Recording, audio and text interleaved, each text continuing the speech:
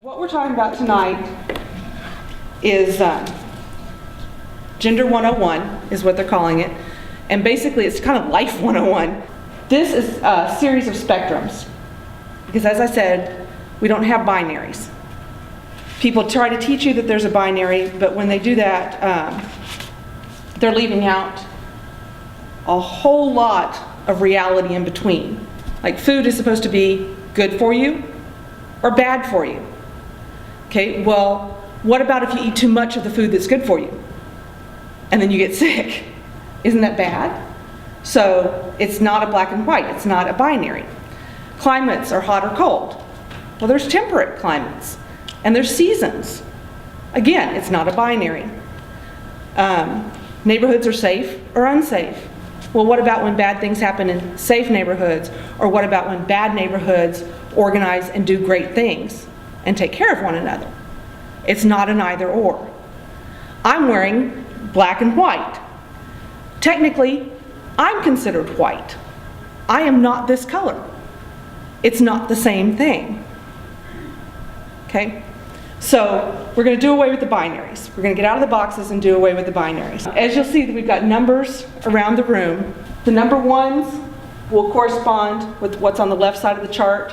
The number 5 that's back here will correspond with what's on the right-hand side of the chart. Number 3 is the center, and then we've got the 2s and the 4s if you're, kind of mixing it up a little. So the first thing we're going to go through is your politics. And you're like, okay, it's Gender 101. Why are we talking about politics? Because I want to show you that it's no different than any of these other spectrums. Politics. Are you on the left? Are you a liberal? Are you conservative?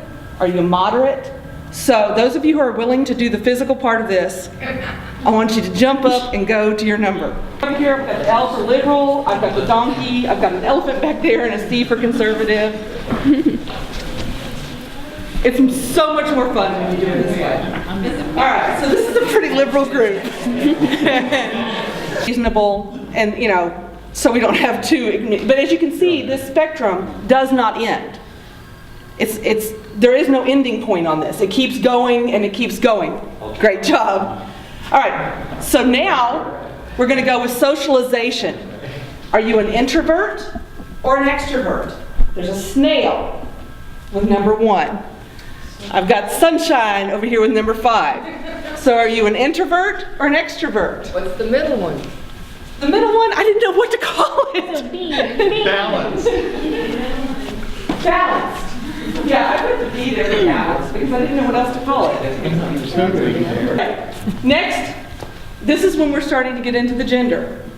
And we need to take note that gender and sex are not the same thing. And so this is where we're going to start breaking it down. When you were born, and a doctor took just a cursory glance at you, what did that doctor say you were? Males back there, females over here. So female over here, male over there. This is what the doctor said. Yes, doctors are all knowing. Okay, now we participate with a support group called Transcenders. And it's for people throughout the transgender spectrum, which would include transsexuals, intersex, an older term would be hermaphrodite, anyone who considers himself to be in the trans spectrum. So cross-dressers, just butch women, drag queens, anything that is outside what society tells you is the normal standard. And we have several people in that group that have legitimate hormonal differences that put them right here at number 3. The external would say one thing, but the internal says totally the opposite, so that kind of balances it all out and it puts them right here. They were born that way. This was not a choice. This is not something that, anything was done or undone. That's who they are. That's how they were born. So still a spectrum. Next, we are going to identity. This is not what the doctor told you. This is what you say about yourself. Funny.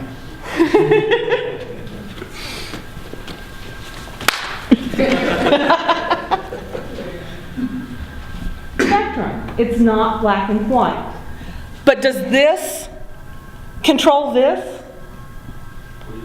No. Does what the doctor said control what you say about yourself?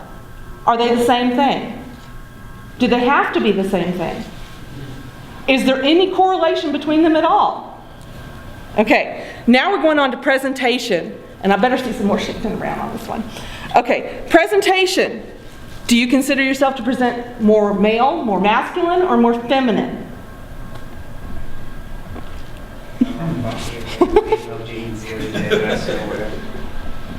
Act like a man, and we got G.I. Joe on there. So number 5, for our purposes tonight, would be G.I. Joe, and then number 1 would be Barbie. So if you're not Barbie, then you're more of a 2. And if you're not G.I. Joe, then you're more of a 4.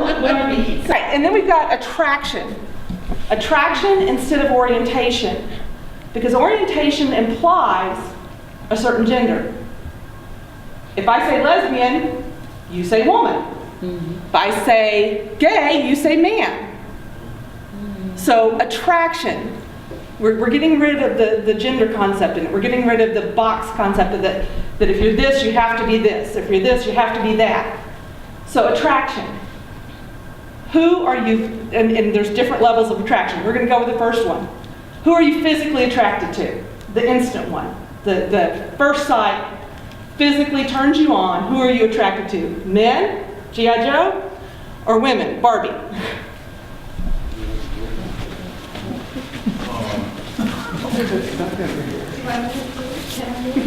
Like, who would you rather spend more time with? Who really just gets your brain cells jumping? So more of a relationship thing. Yeah, go for it. The point that life is a series of spectrums, and that gives you your own personal DNA, personality DNA is the way I like to describe it.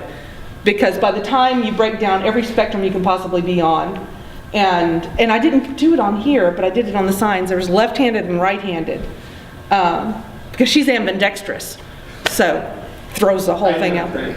Yeah. So if you break down, you know, are you short? Are you tall? Are you right-handed? Are you left-handed? What religious affiliation do you have? What kind of education do you have? If you put every one of these little details of our lives on a different spectrum, everyone's going to end up on a slightly different point on each one of those.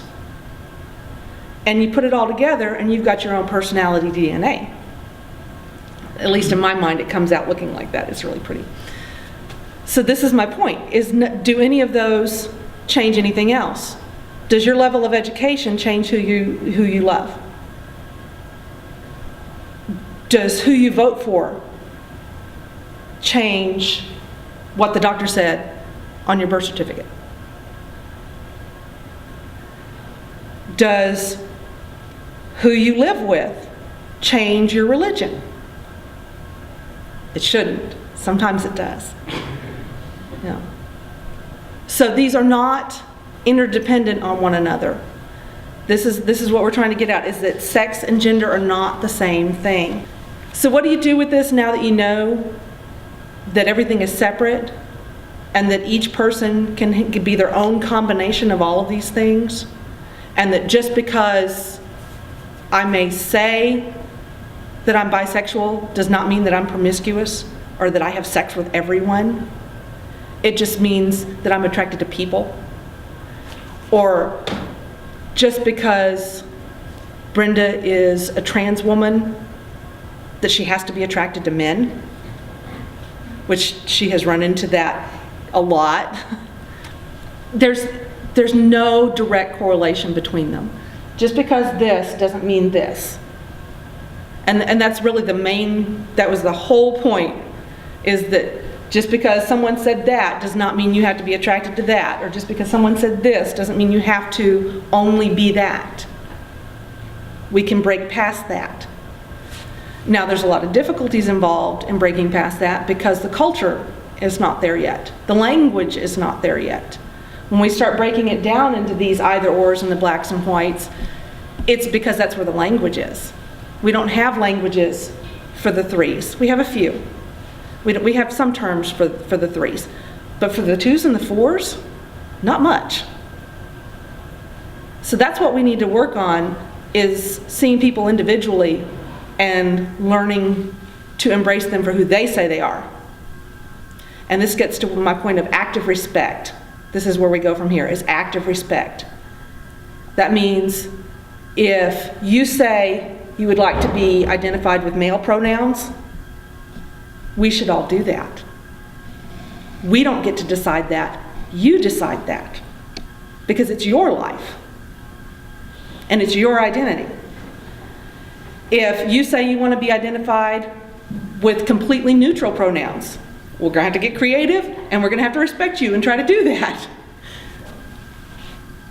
Active respect means that you honor who that person says they are. It means if you hear someone making jokes about trans people, about gay people, about anyone who's different than you or different than them, you speak up and you say something. Say, I'm not really comfortable with that. That's active respect. Some local organizations on here, there's a lot more. I mean, just in the introductions, we heard more.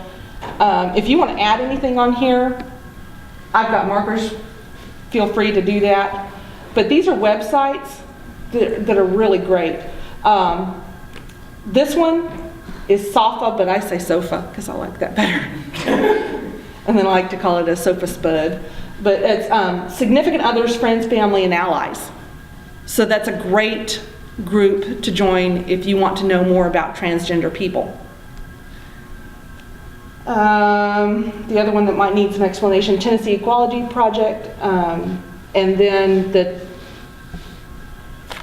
Tennessee Transgender Political Coalition is this last one. Websites and podcasts and blogs. These are movies. Red Without Blue is excellent. It's about these twins.